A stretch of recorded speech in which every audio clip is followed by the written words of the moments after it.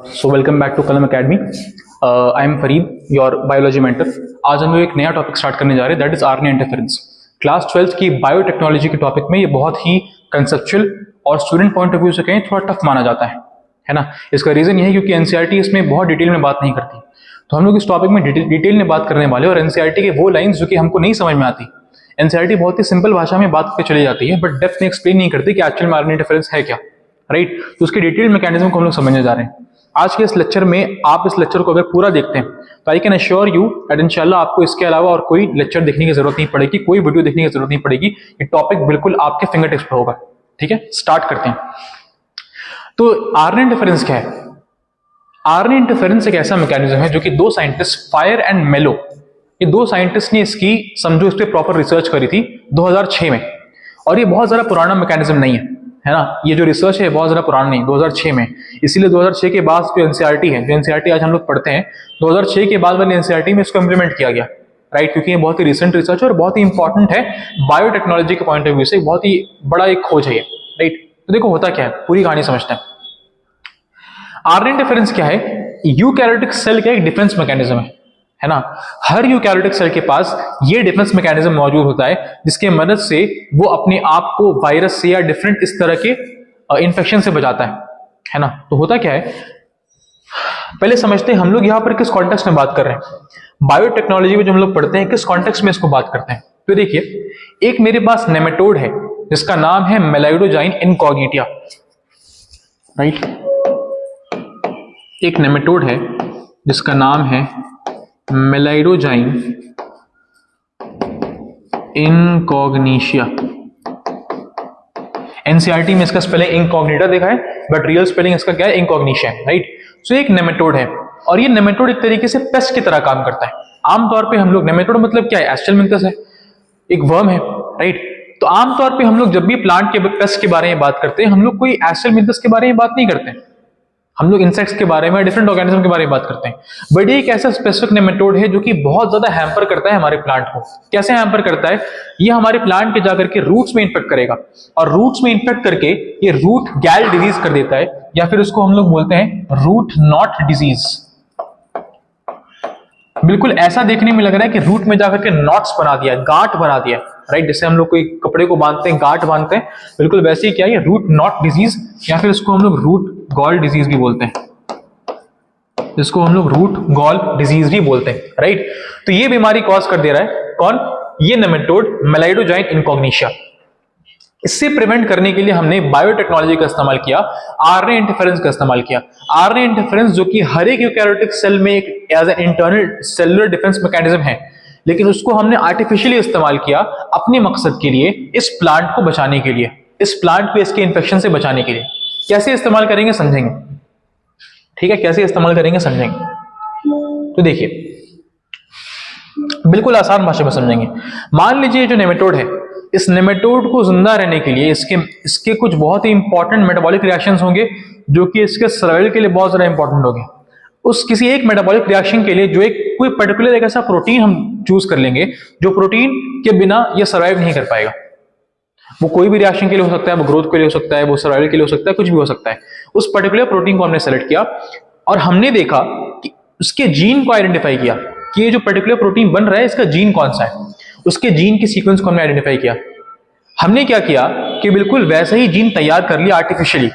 तो हमने एक आर्टिफिशियल जीन बनाया, बिल्कुल कॉपी बनाया उस जीन का जो जीन इंपॉर्टेंट है नेमेटोड के सर्वाइवल के लिए। इतनी बात समझ में आई कि नहीं? ठीक है। तो ये मान लीजिए मेरे पास क्या है, एक नेमेटोड है। ये मेरे पास क्या नेमेटोड है। इस नेमेटोड को सर्वाइव करने के लिए जो जीन इंपॉर्टेंट है उस जीन का हमने कॉपी बना लिया, राइट। तो मान लो हमने क्या किया, उस जीन का एक कॉपी बना लिया। ये मान लो उस जीन का एक कॉपी है। ये वो डीएनए सीक्वेंस है जो कि एक्चुअल में किसके लिए कोड करता है? एक स्पेसिफिक प्रोटीन के लिए कोड करता है जो कि इसके सर्वाइवल के लिए इंपॉर्टेंट होगा। ठीक है, लेक्चर ध्यान से सुनिएगा। इस लेक्चर के बाद आपको इंशाल्लाह कोई और लेक्चर की कोई गाइडेंस की जरूरत नहीं पड़ेगी, पूरा कॉन्सेप्ट क्लियर हो जाएगा। ठीक है, अब हम क्या करेंगे, देखिए, इसको हमने कह दिया सेंस स्ट्रैंड, इसको हमने कह दिया सेंस स्ट्रैंड, और बिल्कुल इसका ही उल्टा सीक्वेंस ले लेंगे। उल्टा सीक्वेंस कैसे लेंगे? सिंपल सी बात है, हम लोग क्या करेंगे, इसका बिल्कुल एक उल्टा सीक्वेंस ले लेंगे, है ना, इसका एक उल्टा सीक्वेंस ले लेंगे। तो यहां पर मैंने क्या लिया, इसका एक उल्टा सीक्वेंस ले लिया, ठीक है। मान लो इसका प्रमोटर यहां लगा है, इसका टर्मिनेटर यहां लगा है, तो बिल्कुल उल्टा कर दिया कि टर्मिनेटर इस तरफ, प्रमोटर इस तरफ, उल्टा सीक्वेंस बना लिया और दोनों जीन्स को हमने कंबाइन कर दिया, ठीक है। दोनों जीन्स को हमने क्या कर दिया, कंबाइन कर दिया और डाल दिया किसके अंदर, प्लांट सेल के अंदर। बचाव किसका करना है, प्लांट सेल का करना है। किससे करना है, नेमेटोड से करना है। तो डाला कहां पर, ये जीन को डाल दिया प्लांट सेल में, जिस प्लांट को हमको बचाना है। अब देखो आगे हम क्या करेंगे, ये जो डीएनए है, जाहिर सी बात है ये क्या करेगा, ट्रांसक्रिप्शन करेगा और ट्रांसक्रिप्शन करके एमआरएनए बनाएगा। तो ये सेंस स्ट्रैंड और ये वाला क्या है, एंटी सेंस स्ट्रैंड। ये वाला क्या है, एंटी सेंस स्ट्रैंड। तो ये सेंस और एंटी सेंस स्ट्रैंड ट्रांसक्रिप्शन करेगा और रेस्पेक्टिव एमआरएनए बनाएगा, अपना रेस्पेक्टिव एमआरएनए बनाएगा, ठीक है। अब ये जो एमआरएनए बनाएगा, ये ब्लैक वाला एमआरएनए बनाया और ये ब्लू वाला भी क्या बनाया, एमआरएनए बनाया। यहां तक समझ में आया, ये क्या बना, एमआरएनए बना। ये ब्लैक वाला सेंस स्ट्रैंड का एमआरएनए है, ये ब्लू वाला एंटी सेंस स्ट्रैंड का एमआरएनए है। दोनों एमआरएनए बन गया। क्योंकि ये दोनों एमआरएनए अगर आप देखिएगा आपस में कॉम्प्लीमेंट्री होगा, है ना, ये क्योंकि बिल्कुल उल्टा सीक्वेंस है इसका। तो ये यहां पे सीक्वेंस अगर मान लो GTTAC है, वहां पर सीक्वेंस क्या हो जाएगा, एग्जांपल देके बता रहे हैं, है ना, CATTG हो जाएगा, बिल्कुल कॉम्प्लीमेंट्री होगा आपस में। तो ये जो एमआरएनए है ये भी आपस में क्या होगा, कॉम्प्लीमेंट्री होगा। आपस में कॉम्प्लीमेंट्री होने की वजह से ये एक्चुअल में क्या हो जाएगा, डबल स्ट्रैंड बन जाएगा। ये इस तरीके से ये डबल स्ट्रैंड बन गया, यानी इन्होंने आपस में ही बॉन्डिंग कर ली। ये पहले क्या था, सिंगल स्ट्रैंडेड एमआरएनए था, इसने अपना सिंगल स्ट्रैंड एमआरएनए बनाया, इसने अपना सिंगल स्ट्रैंड एमआरएनए बनाया और ये एमआरएनए आपस में कॉम्प्लीमेंट्री होने की वजह से क्या हो गया, डीएसआरएनए बन गया। ये क्या बन गया, डीएसआरएनए बन गया। याद रखिएगा, हमने इस डीएसआरएनए को इंट्रोड्यूस नहीं किया है हमारे प्लांट सेल में, हमने बल्कि उसके रिस्पेक्टिव जीन्स को इंट्रोड्यूस किया है। So we are not introducing a dsRNA, we are not introducing a dsRNA, we are actually introducing a DNA which has a sense strand and the anti-sense strand, और वो अपना respective transcription करेगा कहां पे, plant cell के अंदर। ये जो पूरी कहानी चल रही है किसके अंदर चल रही है, प्लांट सेल के अंदर चल रही है, बिकॉज इन्फेक्शन कहां होगा, प्लांट सेल में होगा। तो प्लांट सेल में डीएसआरएनए बन गया, प्लांट सेल में ट्रांसक्रिप्शन हो गया। अब डीएसआरएनए को अटैक करेगी हमारी प्लांट सेल, क्योंकि प्लांट सेल के पास आरएनए इंटरफेरेंस का यूकैरियोटिक सेल है, उसके पास क्या होगा, आरएनए इंटरफेरेंस का सेलुलर मैकेनिज्म होगा। उसकी सेल अपने डिफेंस के लिए क्या करेगी, because dsRNA can be a threat. क्यों, ये थ्रेट क्यों हो सकता है, थ्रेट इसलिए हो सकता है बिकॉज प्लांट सेल को नहीं पता, हो सकता है वायरस हो सकता है ये कोई वायरल इन्फेक्शन हो सकता है ये डीएसआरएनए वायरस ने बनाया हो, कोई किसी वायरस ने इन्फेक्ट किया हो। तो प्लांट क्या करेगी, एज ए डिफेंस मैकेनिज्म इस डीएसआरएनए को टुकड़े टुकड़े कर देगी, है ना। तो होगा क्या यहां पर, प्लांट सेल में ही देखिए क्या होगा, प्लांट सेल में इस डीएसआरएनए का क्या बन जाएगा, देखिए प्लांट सेल में ही इस डीएसआरएनए का क्या हो जाएगा, टुकड़ा टुकड़ा हो जाएगा with the help of an enzyme, और उस एंजाइम का नाम है डाइसर। उस एंजाइम का नाम क्या है, डाइसर। तो डाइसर के जरिए हमने क्या किया, इस डीएसआरएनए को बहुत छोटे छोटे फ्रैगमेंट्स में तोड़ दिया, इस डीएसआरएनए को बहुत छोटे छोटे फ्रैगमेंट में तोड़ दिया, देखो इस तरीके से, ठीक है। ऐसे क्या किया हमने, डीएसआरएनए को बहुत सारे छोटे छोटे फ्रैगमेंट्स में तोड़ दिया। ये जो छोटा छोटा फ्रैगमेंट्स आपको बनता हुआ दिख रहा है डीएसआरएनए का, अभी भी डीएस ही है, ये अभी भी डबल स्ट्रैंडेड है। इसको हम लोग क्या बोल देंगे, siRNA। इसको हमने क्या कह दिया, siRNA, स्मॉल इंटरफेरिंग आरएनए, ठीक है। या फिर आप आगे जाके पढ़िएगा इसको miRNA भी बोलते हैं, माइक्रो आरएनए, ठीक है। बहरहाल ये अभी फिलहाल क्या कह रहे हैं इसको, स्मॉल इंटरफेरिंग आरएनए। सिंपली हमने क्या किया, एक एंजाइम लिया, उस एंजाइम का नाम था डाइसर एंजाइम। डाइसर एंजाइम ने इस डीएसआरएनए को छोटे छोटे टुकड़े में काट दिया। ये अभी भी डीएसआरएनए है, लेकिन क्योंकि ये छोटा छोटा फ्रैगमेंट में टूट गया है, इसका नाम क्या हो गया बताइए, siRNA, यानी कि स्मॉल इंटरफेरिंग आरएनए। अभी जो स्मॉल इंटरफेयरिंग आरएनए है इसके साथ क्या काम होगा, आप ये डायग्राम देख सकते हैं, यहाँ पर सेम चीज हो रही है। ये यहाँ पर डीएसआरएनए बना, ये डाइसर प्रोटीन, ये एंजाइम है, ये एंजाइम जाकर के क्या किया, इसको क्लीव कर दिया, क्लीवेज कर दिया, छोटे छोटे टुकड़े में बांट दिया, इसको हमने क्या बोल दिया, एसआईआरएनए बोल दिया। ये सब कहां हो रहा है, प्लांट सेल के अंदर हो रहा है। ये सब कहां हो रहा है, प्लांट सेल के अंदर हो रहा है। अब ये जो एसआईआरएनए है, अब ये जो एसआईआरएनए है, ये एसआईआरएनए क्या होगा, प्लांट सेल में बन के रह गया। ये तमाम चीजें कब हुई, जब आपने प्लांट सेल में डीएनए डाल दिया, डीएनए से ट्रांसक्रिप्शन हुआ, sense strand anti sense strand दोनों का एमआरएनए बना, दोनों का एमआरएनए बीइंग कॉम्प्लीमेंट्री आपस में इस तरीके से जुड़ गया, डबल स्ट्रैंड आरएनए बन गया। डबल स्ट्रैंड आरएनए जैसे ही बना, प्लांट को लगा कि मेरे लिए थ्रेट है, ये मेरे लिए नुकसान कर सकता है, हो सकता है ये वायरस का इंफेक्शन हो, तो वो क्या करेगी, अपना सेलुलर मैकेनिज्म ऑन कर देगी, आरएनए इंटरफेरेंस के जरिए क्या करेगी, डाइसर एंजाइम को इससे बाइंड करवाएगी और इसको क्लीवेज करवा देगी, छोटे छोटे एसआईआरएनए बनवा देगी। अभी जो एसआईआरएनए बना है, स्मॉल इंटरफेयरिंग आरएनए बना है, अभी जो स्मॉल इंटरफेयरिंग आरएनए है ये क्या करेगा, ये बन के रहेगा प्लांट सेल में। जैसे ही इंफेक्शन होगा, जैसे ही इस नेमेटोड ने इंफेक्ट किया प्लांट के रूट सेल्स को, प्लांट के रूट सेल्स के पास क्या है बताइए, स्मॉल इंटरफेयरिंग आरएनए। इसके पास क्या है बताइए, स्मॉल इंटरफेयरिंग आरएनए। ये स्मॉल इंटरफेयरिंग आरएनए कहां चला जाएगा, इस नेमेटोड के बॉडी में चला जाएगा।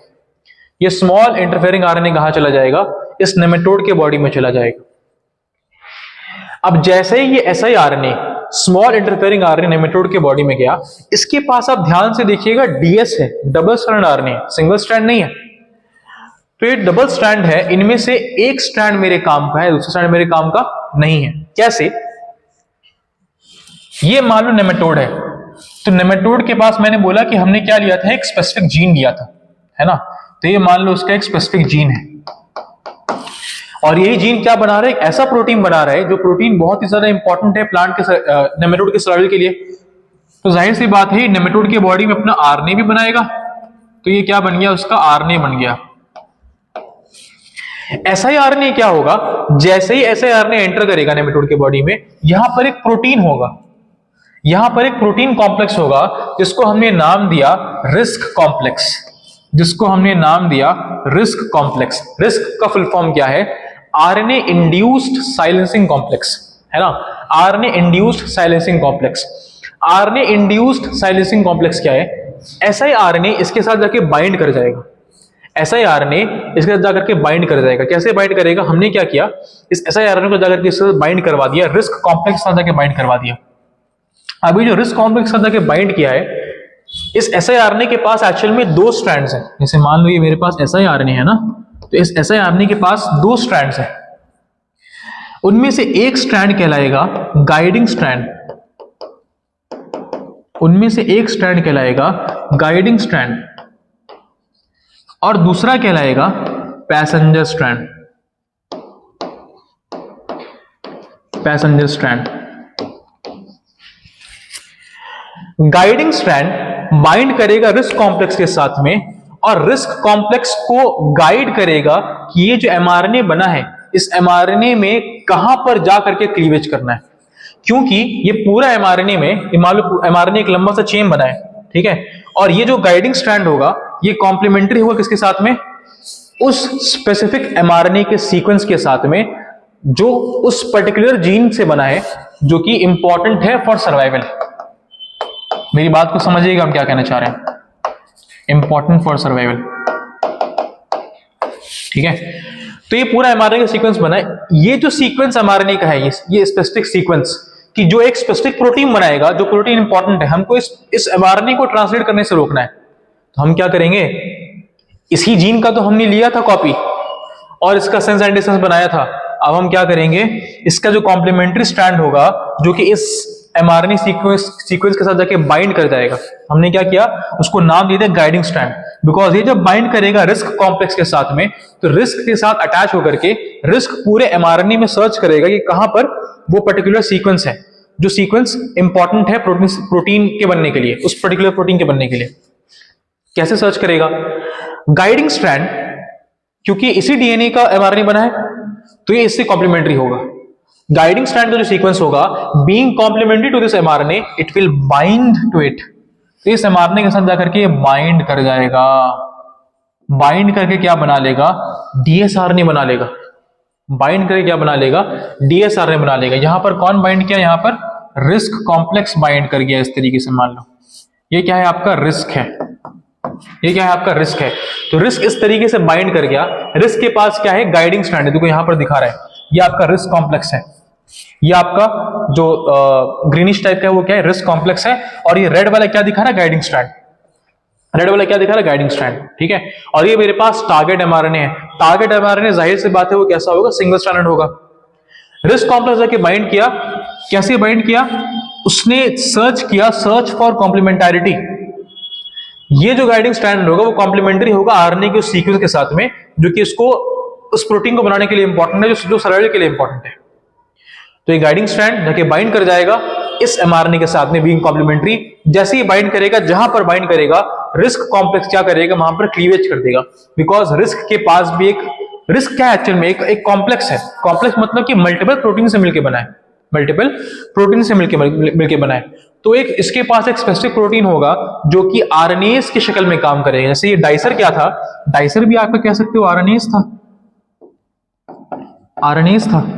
और यहां पर भी एक आरएनएस होगा। रिस्क के पास भी एक ऐसा प्रोटीन होगा जो कि एज आरएनएस फंक्शन करेगा, आरएनए को तोड़ने का काम करेगा, है ना।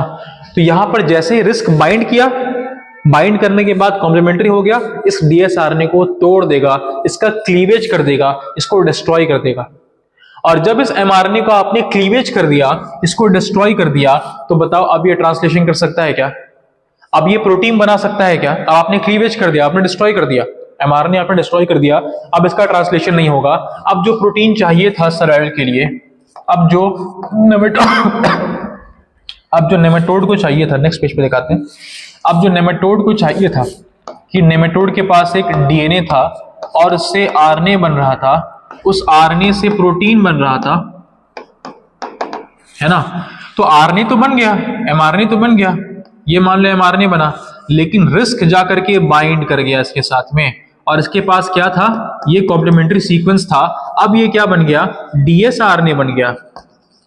और इसके पास क्या है, स्लाइसर एंजाइम है, इसके पास स्लाइसर एंजाइम है, यानी एक ऐसा एंजाइम प्रोटीन है जो कि इसको काटेगा। आरएनएज है बेसिकली, ये एक तरीके से क्या है बोलिए, आरएनएज है। तो ये क्या करेगा, इसको काट देगा और ये एमआरएनए क्या हो जाएगा, डिस्ट्रॉय हो जाएगा, इसका क्लीवेज हो जाएगा।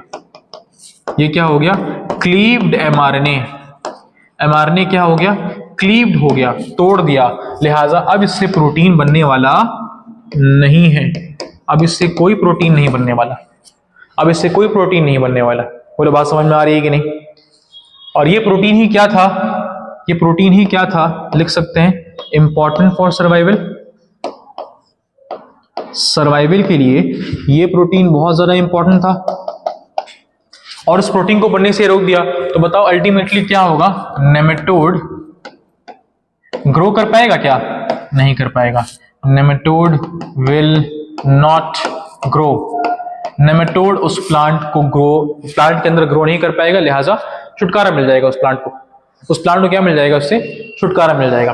बात समझ में आ रही है। डीएसआरएनए का रोल क्या था, डीएसआरएनए का रोल बस इतना ही था, जैसे मान लो आपको के मोहल्ले में पीट दिया, है ना, आपके एरिया में, आपके इलाके में किसी बच्चे ने, किसी बड़े बच्चे ने आपको पीट दिया, तो आप क्या करते हैं, अपने बड़े भाई के पास जाते हैं, अपने घर पे जाते हैं, अपने बड़े भाई के पास जाते हैं और उसको शिकायत करते हैं कि मुझे फला फला लड़के ने मारा है। तो बड़ा भाई क्या करता है, फिर उसको एक कुटाई करता है जाकर के, राइट, ऐसे ही होता है। ऐसे मान लो तुमको किसी लड़के ने पीट दिया इलाके में, तो अब क्या होगा, कोई एक भैया होंगे अच्छे इलाके के, वो आपको हेल्प करेंगे, आपको अपने साइकिल में बैठाएंगे और बोलेंगे चलो तुमको घर छोड़ देते हैं। तुमको क्या करते हैं, घर छोड़ देते हैं, ठीक है। और वो बताने में हेल्प कर रहा है कि भाई इस लड़के ने उसको मारा है।